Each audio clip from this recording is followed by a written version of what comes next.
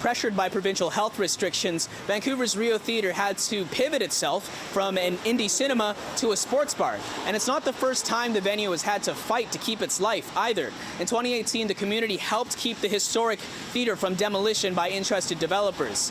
And the Rio is just one of many arts and culture spaces in the city that are accustomed to jumping over obstacles just to stay alive. Artists are often pushed out of spaces because of increasing rents and because of land rezoning. And you can imagine the COVID-19 pandemic doesn't make it any easier. Artists have lost their jobs.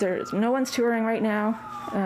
It's making it pretty impossible for people to pay rent. You know, landlords haven't done anything to change the prices of rent at all. Janelle Aspa is a musician who manages the East Vancouver Rawwood Studio Society, and it has provided affordable space for musicians and visual artists for 18 years. Now slated for redevelopment, this year will be the end of this studio. But this is getting redeveloped into seniors housing for Chinese seniors in the neighborhood, which we totally support 100%.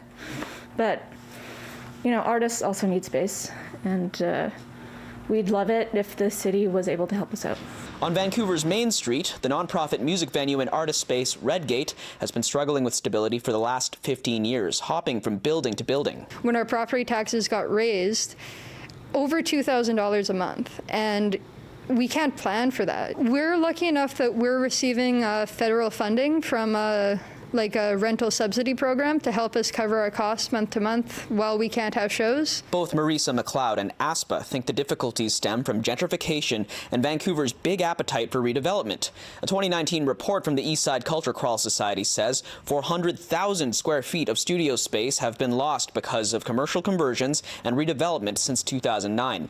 Last week, the city submitted over $8 million in grants to artists, and Councillor Pete Fry says the city has a 10-year plan to preserve art spaces. A lot of what's coming in that strategy does anticipate the need to preserve art spaces where we're seeing them starting to lose out to just land value in the city of Vancouver, and commitment to create over 800,000 square feet of new art spaces and commits to no net loss.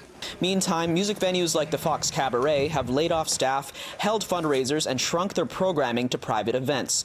They're now applying for grants to help provide high-quality live-streamed concerts, something that's generally difficult to monetize for music programmers at any level. We feel like we're an endangered species, and we are at risk. We already were before the pandemic, just given the crazy rate of development in this city. They wouldn't say to like a rec hockey league, oh, you have to create like fundraisers constantly. You have to get a grant just so you can play hockey. Like, that community is not under threat. Our community is under threat. In Vancouver, Kier Junos, City News.